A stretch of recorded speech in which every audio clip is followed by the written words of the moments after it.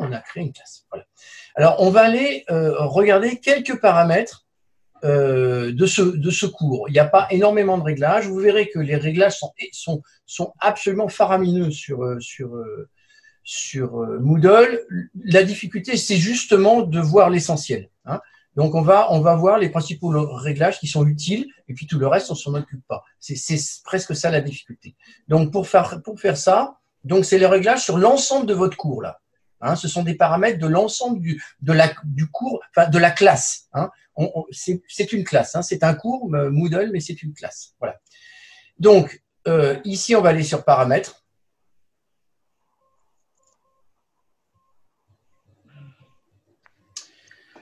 Est-ce que ça suit là, classe? Alors, est-ce que tout le monde suit là? Donc là, on a un certain nombre de paramètres de la classe. Alors, encore une fois, vous allez voir, c'est absolument monstrueux. Il y a plein de choses, mais en fait, on va absolument pas tout utiliser. C'est peut-être ce qui fera peut-être l'intérêt de cette formation. C'est de pas tout utiliser, contrairement à Koustis où ils veulent peut-être en faire trop. Alors, il y a quand même un paramètre qu'on va utiliser pour commencer, c'est la date de fin du cours. Alors, souvent, vous avez des choses, faites attention, l'apparence n'est pas terrible, c'est un peu gris, donc des fois, on ne les voit pas. Quand vous avez une coche comme ça, bah, si vous voulez l'utiliser, la fonction, il faut l'activer. Donc, on va quand même mettre une fin de cours au 31 août 2020. Voilà, et puis on va mettre à 23h55. Hein, voilà, le cours se termine à 23h55 le 31 août. On est d'accord? La description, vous l'avez mise au début, donc il n'y a pas besoin de la modifier. Petite remarque, le cours se termine, ça ne veut pas dire que vous l'avez perdu à jamais. Hein. Oui. Non, ça veut dire que pour les élèves, ils ne pourront plus se connecter après le 31 août, 23h55. Hein, voilà. Donc, voilà. L'image du cours, bon, aucun intérêt. Format du cours, alors ça, par contre, ça peut avoir un intérêt. On ne va pas le modifier, mais c'est quand même intéressant. Vous allez voir qu'on va utiliser la formule qui s'appelle thématique. Vous avez pas mal de plusieurs possibilités. Vous avez la possibilité, par exemple, de faire un cours hebdomadaire, ce qui va vous créer des rubriques semaine par semaine automatiquement. Vous avez un formel, vous avez qu'une rubrique, vous avez une activité unique, mais nous, on va utiliser le thématique pour pouvoir mettre des chapitres. Donc là, on ne change rien, mais je voulais quand même vous le signaler parce que de temps en temps, voilà, ça peut être important. Voilà. Alors ensuite, il y a une formule. Il se trouve que de temps en temps, vous allez vouloir faire des cours un petit peu à l'avance et faire des sections à l'avance. Alors, ces sections que vous faites à l'avance qui sont en train de se faire, vous n'avez pas envie que les étudiants le voient, évidemment. Donc, vous allez cocher « section cachée invisible ». C'est-à-dire que si vous dites pour les étudiants, ce chapitre, il est caché, bah, ils ne le verront pas. Voilà, donc il faut le cocher. Parce que sinon, ils le verront, mais ils ne pourront pas s'y connecter. Mais ils sauront qu'il y a des chapitres en chantier, enfin, c'est un peu embêtant. Bon, et enfin, vous allez utiliser l'option standard, afficher toutes les sections sur une même page. Bon, l'apparence, pour l'instant, je crois qu'on ne s'en occupe pas.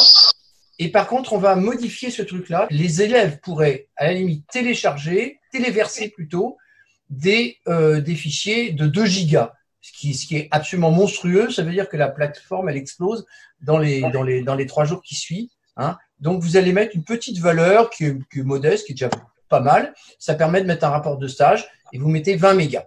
Voilà. Donc, c'est tout ce qu'on fera pour les paramétrages. Tout le reste, on ne s'en occupe pas. Donc, une fois qu'on a fait ça, il faut absolument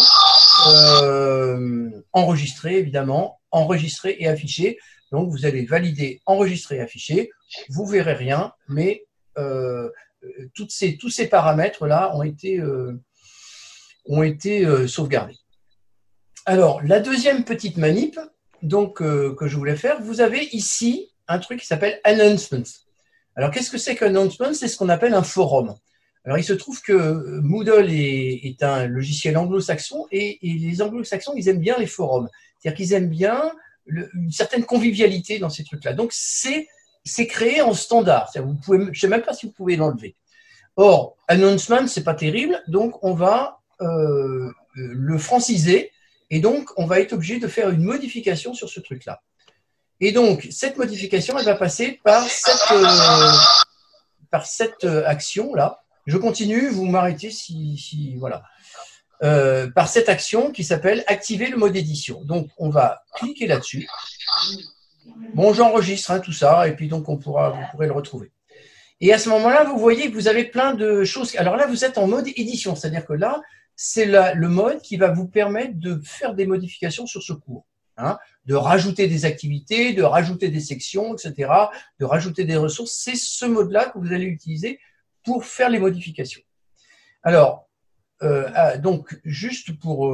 voilà, on va utiliser donc celui-là, le modification. Alors, faites attention. Là, vous allez modifier la section. C'est pas ça qui nous intéresse. Nous, on va modifier juste ça, c'est-à-dire avec le petit bonhomme, et on va faire modifier paramètres. Et à ce moment-là, on va avoir les paramètres du forum. Donc, vous voyez bien qu'on a announcement, donc on va remplacer announcement par forum. Voilà, tout simplement. Et plutôt que de mettre General News and Announcement, on va mettre un petit chat pour discuter entre vous. Alors, pour tout le monde, il faut faire assez attention. Il faut, quand vous avez une coche, ça vaut toujours le coup de la mettre. Ici, comme ça, ce commentaire, si vous ne cochez pas, ce commentaire n'apparaîtra pas directement. Il apparaîtra que quand on rentre dans l'activité. Si vous le mettez comme ça, il apparaîtra sur la page d'accueil. C'est quand même toujours mieux. Bon, vous voyez que tout le reste, et il y en a des palanqués, on ne va pas s'en servir. Ça ne sert. Je dis pas que ça sert à rien, mais plus tard. C'est beaucoup plus tard. Donc, il y a plein de choses comme ça dans notre Moodle. Le problème, c'est de faire le tri. Donc, on va enregistrer et revenir au cours. Voilà. Et donc, vous voyez qu'on a notre forum qui a déjà pris une allure un petit peu plus sympathique. Alors, maintenant, on va structurer le cours. C'est-à-dire que effectivement, vous êtes dans une classe, donc SCAV aménagement, BTS, etc. Enfin, une classe de BTS, pas toutes les classes de BTS. Première BTS, par exemple, ou terminale BTS. On est dans une classe. Il faut structurer le cours. Si vous faites un poly, vous allez faire chapitre 1, chapitre 2, chapitre 3, chapitre 4.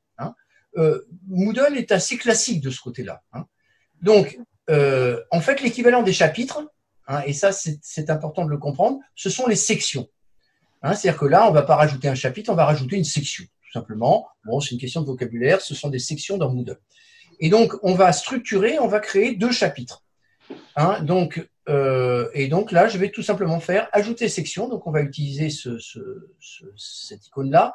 Et vous voyez qu'à ce moment-là, vous pouvez ajouter autant de sections. Ce n'est pas la peine de les créer à l'avance, ça ne sert à rien, parce que sinon, vous devrez les effacer. Donc, pour l'instant, on va créer juste 2 sections.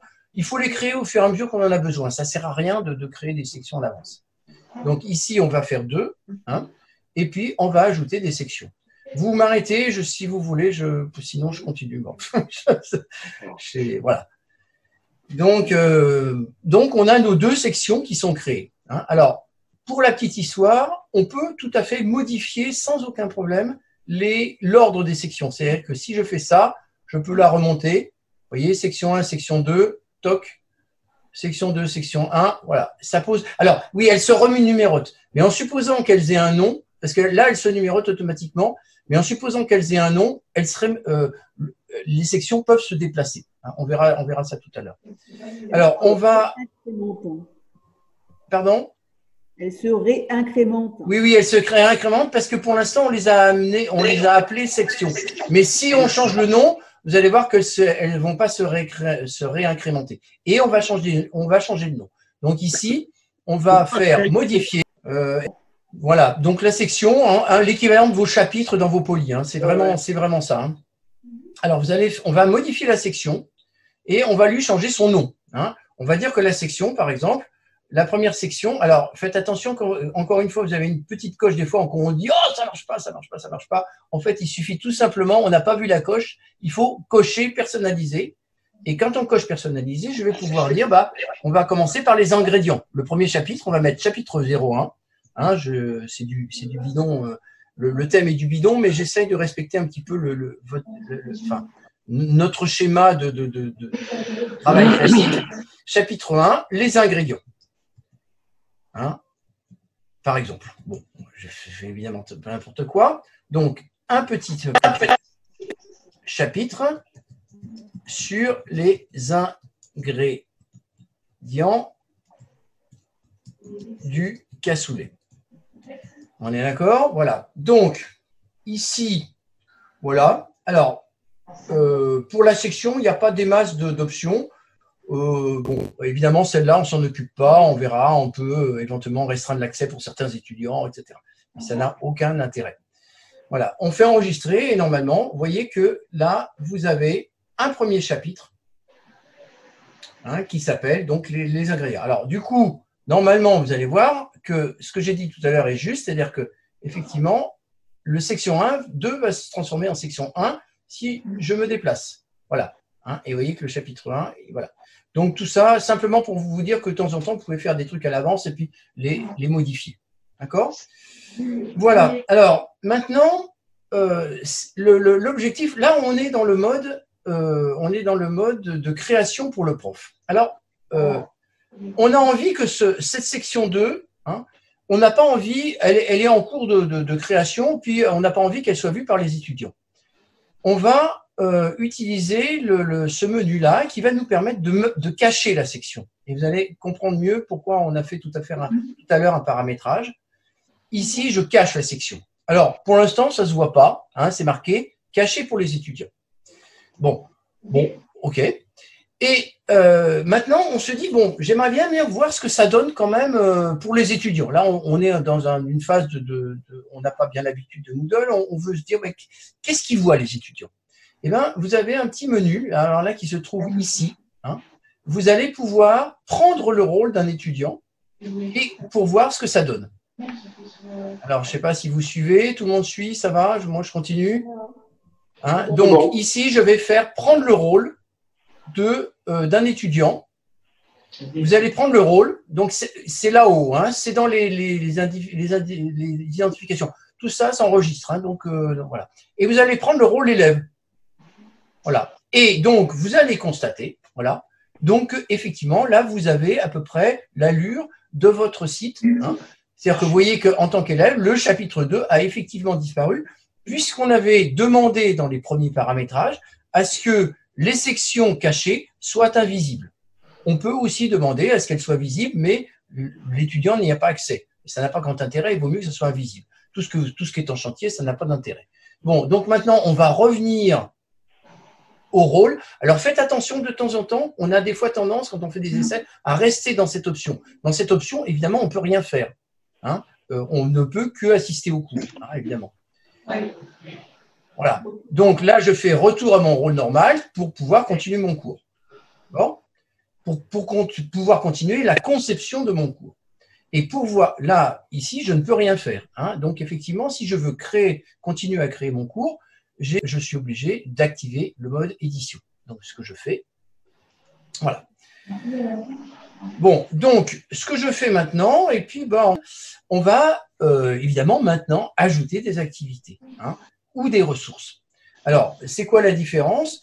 Tout simplement, les ressources, ce sont des éléments dans lesquels l'étudiant ou l'élève sera passif, un site internet, une image, un PDF, etc. Par contre, une activité, ce sont des éléments où l'étudiant sera actif. Alors, on va l'ajouter à l'intérieur de cette section, les ingrédients. Si on l'ajoute là, ça sera dans la section si on l'ajoute là, évidemment, ça sera dans les ingrédients. Et alors, on a deux modes. Donc, moi, je vous encourage, ceux qui suivent là, à utiliser plutôt le mode avancé. Vous avez un mode simple dans lequel vous avez effectivement des ressources et des activités de base. Bon, vous allez voir. Donc, on va plutôt utiliser le mode avancé, parce que voilà, sinon ça n'a pas grand intérêt. Alors, dans le mode avancé, donc vous avez beaucoup plus d'activités. Vous voyez que, alors je ne vais pas rentrer dans le détail, mais vous avez un nombre assez important d'activités. Moi, j'en utilise assez peu, hein, parce que c'est très variable de l'installation, hein, en fonction de l'installation. Mais enfin, vous allez voir que vous avez, par exemple, moi, j'utilise quand même assez couramment les devoirs. Alors ça, on verra ça la prochaine fois. Hein, le chat, éventuellement, pourquoi pas. Les ateliers, c'est compliqué. Les forums. Et puis, éventuellement, on verra. Alors, moi, j'utilise beaucoup ça, ce package Storm. Éventuellement, des tests, hein, pour faire des contrôles, etc. Voilà. Moi, j'en utilise 4-5. Hein. Voilà. Et donc, évidemment, vous avez toutes les ressources. Alors, on va commencer par ajouter une ressource qui va être tout simplement un PDF. Hein. Donc, pour l'instant, on fait simple. Hein. Donc, ça va être un fichier.